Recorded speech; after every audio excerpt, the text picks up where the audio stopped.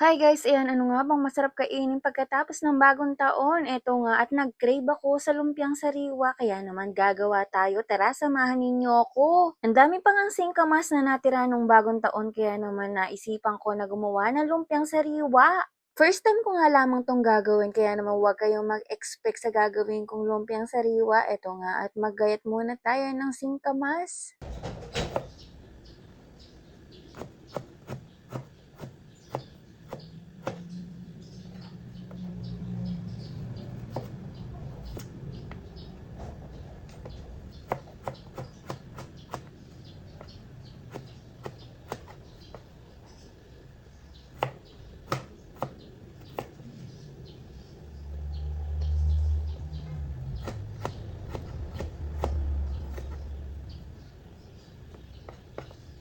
Gayatin lamang natin ito ng katamtamang sukat, yung panglumpia talaga. At ayan na nga, natapos ko ng gayatin. Sunod naman natin itong carrots.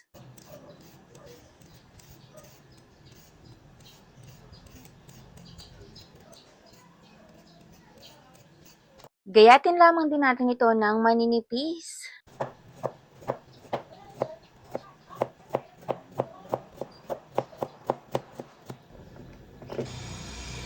Siyempre, pagkatapos nating hugasan itong singkamas at carrots, ay atin namang huhugasan. Wala na nga akong ibang ilalahok na gulay dito.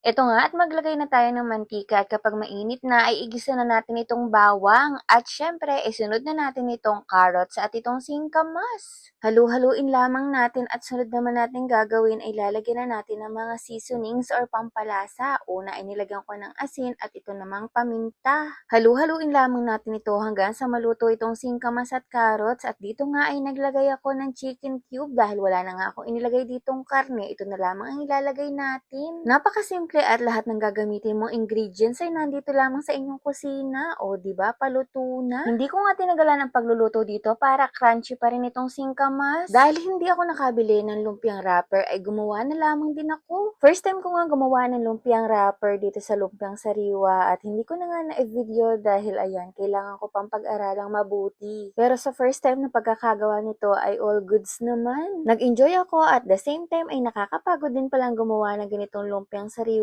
dahil napakaraming proseso. Hindi ko na rin nalagyan ng lettuce pero okay lang yun dahil ayan, may merienda na tayo.